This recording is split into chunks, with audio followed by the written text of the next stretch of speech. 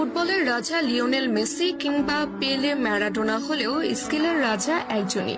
কোনো তর্ক ছাড়াই তিনি রাজা, নিঃসন্দেহে সেই ব্যক্তিটি নেইমার জুনিয়র।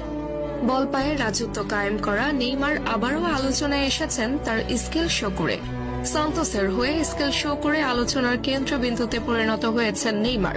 সান্তোসের হয়ে মাঠে নেমে গোল পাওয়ার দিনে নেইমার অদ্ভুত এক স্কিল দেখিয়ে প্রতিপক্ষকে বোকা বানিয়ে বল নিয়ে ছুটে গেছেন Neymar the Santos junior.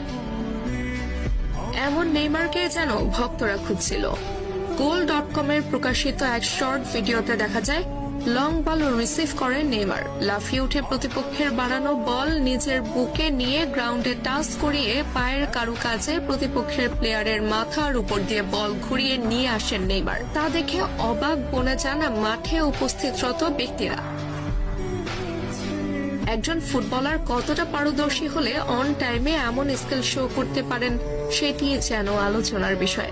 Neymar বরাবরই সফট স্কিলের ফুটবলার। বল পায়ে প্রতিপক্ষকে বোকা বানাতে তার মতো প্রসিদ্ধ ফুটবলার আরেকজন নেই বললেও মোটেও ভুল হবে না। তবে এমন স্কিল ফুটবলারের সার্ভিস সান্তোস কতদিন নিতে পারবে সেটি মূল